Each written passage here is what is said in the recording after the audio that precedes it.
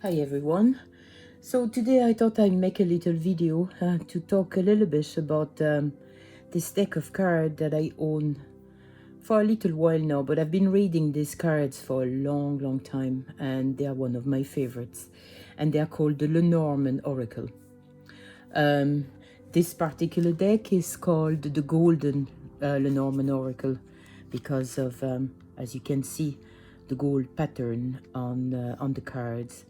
They're absolutely stunning. I absolutely love these cards, but not only because they're nice, but also because they're so easy to read and they tell me so many stories. They are very accurate as well. Let me show you a few of the cards. Now, we have cards that we can use as significator cards. The fox is one of them. The fox would represent anything that has to do with work, transactions, all these kind of things, you know. Then we have all the other cards. Some of them can be used as significators, some can't. It's really up to you, you know, how you're going to read them. But as I said, they're very magical cards because not only they have, every card obviously has a meaning, but combined together, you have another meaning that comes in, and I kind of like that because then you have endless possibilities, you know. So I'm just browsing through them now just to show you. You have the woman, you have the man as well, which you can use as significators. See, the man is here. We have the card of the ring, which can represent a marriage. It can represent a partnership at work. It can be so many different things, really, and it's where you need to use your intuition to see what meaning you're going to give to each card and what meaning you're going to give to every combination of card as well. The letter, we have the snake, we have the crossroad, the child.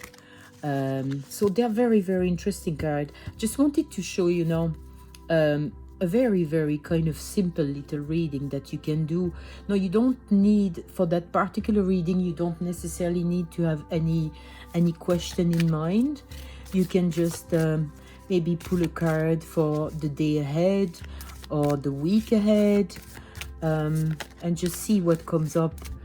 I don't like to pull just one card on its own because it just doesn't mean enough for me.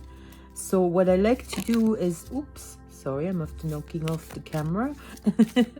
So I just give them a little shuffle, and what I do is that I cut the deck in half and I uncover the two cards on top, and this is my pair. So in that example, we have the fish and we have the book. The fish represents anything that has to do with riches, abundance. It's a very nice card to get because it's always a kind of a positive kind of card, you know, that indicates that there's plenty of things available for you. And this card has to do with the book, it's called, and it has to do with secrets. Secrets are not necessarily like, you know, the gossip and stuff like that, but it can also be the things that we have in our mind deep down and that we don't talk about. So that could indicate, for example, these two cards together could very well indicate that you have a lot of thoughts in your mind, and maybe you could write a book. That could be what these cards together can mean as well, you know.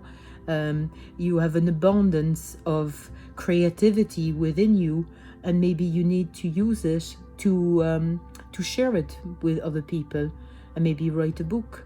So that's an example of how you can read these cards, but obviously there's loads of different ways you can actually read them. Another way to read them is to actually ask a question, a specific question, and choose a card that is going to be how do you call it, the significator.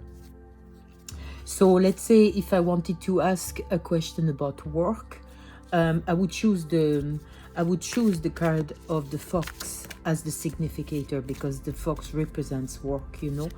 So what I'm going to do here, I'm going to be pulling 5 cards until the fox comes out. So I checked the one that's at the back of the deck, just to be sure that it's not my fox that is in there. And I'm going to pull 5 cards. So in that example, as you can see, the fox didn't come up. So I'm going to just put these cards aside and do it again. Again, didn't come up. Same thing. No.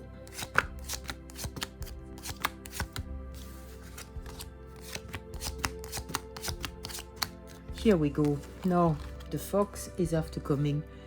No, let me just push that a little bit. So in that example, we have the fox, we have the mountain next to it, we have the ship, we have the birds, and the fish. So what's interesting about this card is that not only every card has a meaning, but obviously when they come up with another card next to it, they can actually, there's another meaning that comes into play. So we have to keep that in mind when reading the cards, you know. So for example, if I wanted to read these cards, you can see the fox and the mountain next to each other could actually mean that there is some obstacles at work, that there is some kind of upsets, stuff that are not going in the right direction, maybe delays or stuff like that. If you were to look at the ship here as being your journey through life, or your journey through work, because the question is about work here, you can see that there's a bit of delay and things are not going to go the way that we expect them to go.